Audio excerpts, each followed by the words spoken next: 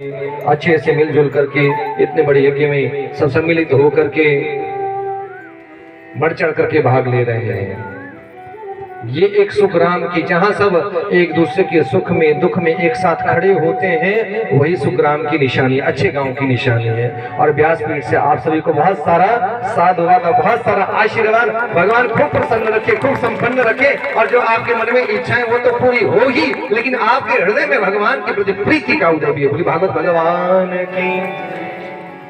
एक सुग्राम वो होता है जिसमें हम एक दूसरे की पीड़ा को अपनी पीड़ा मान लेते हैं, एक दूसरे के साथ सुख दुख में खड़े होते हैं। सुग्राम वो होता है जिसमें सद्भावना होती है। सुग्राम वो होता है जिस गांव में नित्य भगवान का कीर्तन वंदन होता है। सुग्राम वो होता है जहां सत्यता, पवित्रता, शुचिता का जीवन जिया जाता है। सुग्राम वो होता है जिस गांव में अभक्ष्य पदार्थों का सेवन नहीं होता। समझना, जहां जिस गांव में निर्जीव वस्तुओं को ना, निर्जीव जीवों का ना मारा जाता हो, ना जीवों को ना मारा जाता हो, जहां मदिरा का पान ना होता हो, सोचना वो गांव कैसा सात्विक गांव है, वहां परमात्मा स्वयं वास करती। इस बात का ध्यान करना। बोली भागवत भगवान की। और कुग्राम कैसा होता है जिस गांव में एक दूसरे से लोग ईर्ष्या करते हैं, एक दूसरे से राग द्वेष करते हैं। समझना, कुग्राम की निशानी वो है जहां हम एक दूसरे की सफलता से चिढ़ते हो। समझ लेना, कुग्राम वो है जहां पर अभक्ष्य पदार्थों का सेवन किया जाता हो। समझना, कुग्राम वो है जहां मदिरा का पान किया जाता हो। समझना, कुग्राम वो है जहां व्यभिचार होता है। समझना, कुग्राम वो है जहां हम एक दूसरे की संपन्नता में ईर्ष्या करना प्रारंभ कर दें, वो कुग्राम है। इसलिए हम आपसे करबद्ध आग्रह करेंगे, प्रार्थना करेंगे, जो लोग जहां जहां से आए हैं, यदि हमारे गांव में कहीं भी कोई एक भी विकार है तो उसका आज इसी भागवत जी के सामने त्याग कर जाना और स्वयं सरलता और तरलता का जीवन जीते हुए गांव को सुग्राम बनाने का प्रयास करना। बोली भागवत भगवान की। कुग्राम वासकुल हीन सेवा, जो अपने कर्म से गिर जाता है ऐसे जीव की सेवा करने से। कुभोजनम, कुभोजन जानते हो, हर कुछ खाना, ये वो खाया पिया और फिर पेट में परेशानी हो गई। समझना, कुभोजन में कई वस्तुएं आती हैं। आज के व्यक्ति का खान पान उत्तम ना होने की वजह से, भोजन का तालमेल ना होने की वजह से लोग बीमार हो रहे हैं।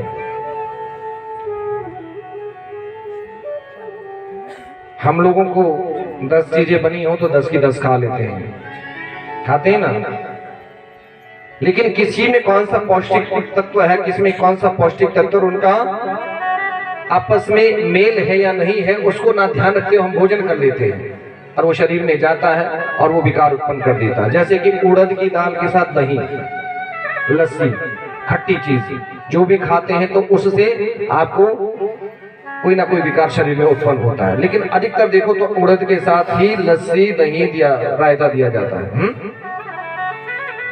भिंडी ऐसी सब्जी है किसी के साथ मेल नहीं है, तभी तो वो अकेली है।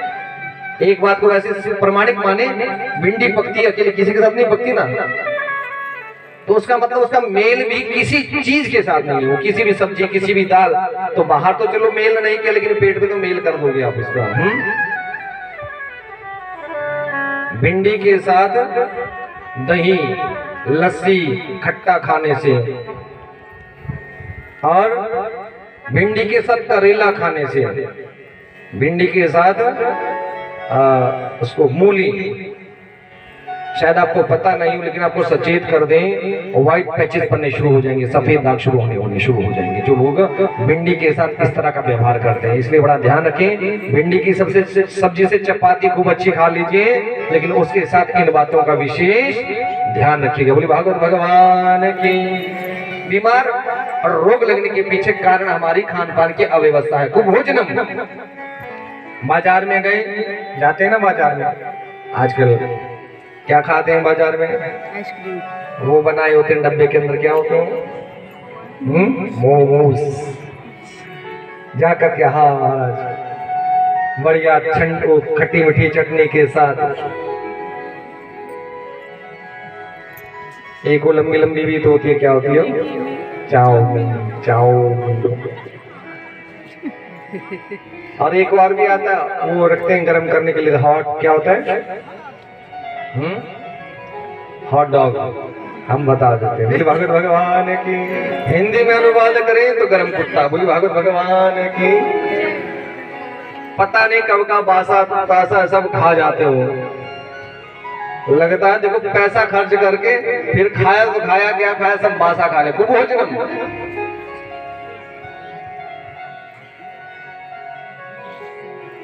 क्रोध मुखिष्य भार्या या पति, जिस घर में क्रोध करने वाला पति या पत्नी, समझना, अगर क्रोध करने वाला पति भी है या पत्नी भी है तो जीवन बड़ा कष्ट से बीतता है।